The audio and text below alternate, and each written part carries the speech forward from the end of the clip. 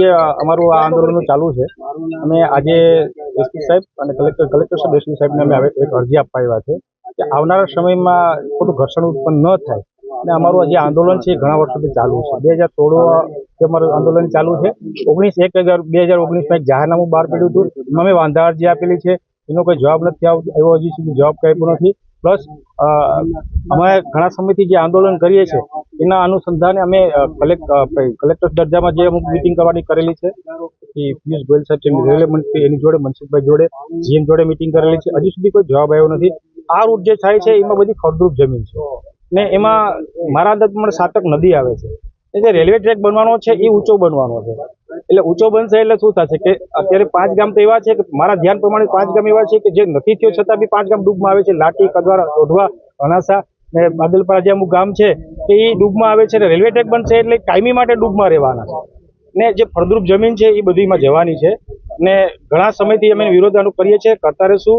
આવનારા સમયમાં અમારા ગામે ગામ મિટિંગો કરી અને એક મોટી જબરદસ્ત સંખ્યામાં એક આવેદનપત્ર અમે આપવાનું છે. આજે નવા ગામ જે ગૂગલ મેપમાં એક મેપ આવ્યો છે, એમાં લગભગ 30 ગામ અંદાજે આવે છે. 1500 ખેડૂતો જે સીધી લીટીના છે અસરગ્રસ્ત થાય છે અને 4000 ખેડૂતો બધા થઈને આવે છે ને 1500 વીઘા જમીન જાય છે ને 1000 કે આજુબાજુ તો છે ને ખાતેદાર મટી જાય છે. જે વેરાવળ કોડીનાર સારા રેલવે લાઇન જાય છે એને માટે રજૂઆત કરવા માટે કલેક્ટર સાહેબને મળવા આવ્યા હતા અને એક આવેદનપત્ર આપવાનું હતું, પરંતુ કલેક્ટર સાહેબ ન હોવાને કારણે એસડીએમને આપી અને નીચે આવ્યા છે. અમારી રજૂઆત એવી છે કે 2009થી આના પહેલાં પણ રેલવે ડિપાર્ટમેન્ટે જમીન સંપાદન માટે જાહેરનામું બહાર પાડેલું, તે ઉગ્ર રજૂઆતો કરવાથી એ જાહેરનામું રદ કરી અને હવે નવી લાઇન સર્વે કરવાનું શરૂઆત કરી છે. એના લીધે રવિવારે 2500 ખેડૂતો ભેગા થઈ અને નક્કી કર્યું કે ભાઈ આ રેલવે લાઇનનું સર્વે ન થવું જોઈએ અને જે તાલાળા પ્રાચીવાળી લાઇન છે તેને બ્રોડગેજ કરી અને સારા રેલવે લાઇન જાય તો અમને વાંધો નથી. અહીં રેલવે લાઇન આવે તો 1500-1700 ખેડૂતો બેઘર થઈ ગયા એમ છે ને મોટું નુકસાન થાય એમ છે. આવી રજૂઆત છે ને આ નહીં કરવામાં આવે તો ભવિષ્યની અંદર મોટું આંદોલન કરવાનું પણ વિચારી રહ્યા છે. રેલવે લાઇન આવે એનાથી જે લાઇન આવે 100 મીટરની અંદર લાઇન આવે તો આજુબાજુના ખેતરોમાં પણ પાણી ભરાઈ જાય છે અને ખેડૂત લોકો 70% લોકો વાડી વિસ્તારમાં રહે છે તો એના ઘરમાં રહેણાંકે ડૂબમાં જાય એમ છે અને મોટું નુકસાન થાય એમ છે. જે અમારે રેલવેને લગતો પ્રશ્ન છે એ ઘણા 2009થી અમે આની લડત આપીએ છીએ.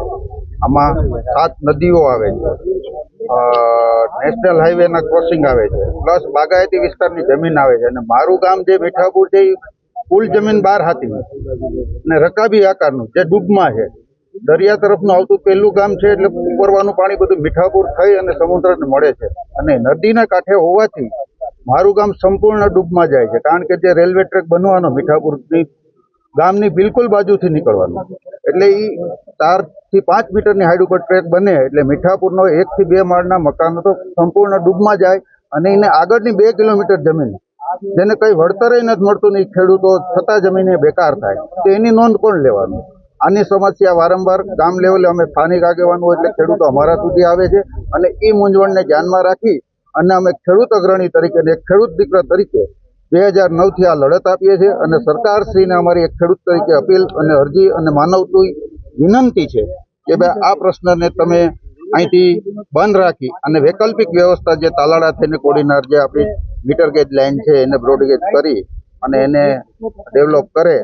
સિંહનો પ્રશ્ન રાખે છે તો સિંહનો પ્રશ્ન આજે દરિયાકાંઠે એના દરેક વિસ્તારમાં મારા મીઠાપુરમાં 4-5 સિંહો પર ડે વાવડે છે.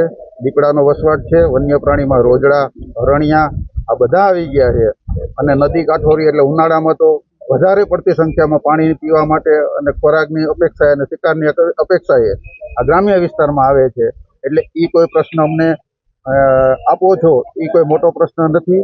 વન્ય પ્રાણીને લગતો પ્રશ્ન છે એ સરકારનો છે અને સરકાર ફોરેસ્ટ સાથે બેસી અને સંકલનથી એ વાતનું નિવારણ લાવી અને આગળ પૂરતું કામ કરે એવી અપેક્ષા સાથે એક ખેડૂતના દીકરા તરીકે મારી વાતના વિનંતી